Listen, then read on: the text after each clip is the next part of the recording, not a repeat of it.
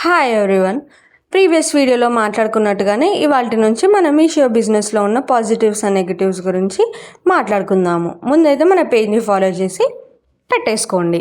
చాలామంది Meesho business start చేయాలనుకుంటారు, కాకపోతే ప్రాపర్ గైడెన్స్ లేక ఆగిపోతారు. నేనైతే మీకు ఫుల్ గైడెన్స్ ప్రొవైడ్ చేస్తాను. మీషోలో రిజిస్టర్ కావాలంటే 2 టైప్స్ ఉంటాయి. ఒకటి జిఎస్టీ, అలాగే ఇంకోటి నాన్ జిఎస్టీ. జిఎస్టీ ద్వారా వెళ్ళాలనుకుంటే మనం జిఎస్టీ రిజిస్ట్రేషన్ చేసుకోవాలండి. అప్రాక్సిమేట్లీ మనకు 2500 అయితే మనం పే చేయాల్సి ఉంటుంది. వితౌట్ జిఎస్టీ అయితే మన దగ్గర ప్రోడక్ట్స్ ఉంటే సరిపోతుందండి. అందులో మనకు పాన్ కార్డ్ డీటెయిల్స్ ఇవ్వాలి, అలాగే మన బ్యాంక్ అకౌంట్ డీటెయిల్స్ ఇచ్చేసి మనం రిజిస్ట్రేషన్ చేసేసుకుంటే సరిపోతుంది.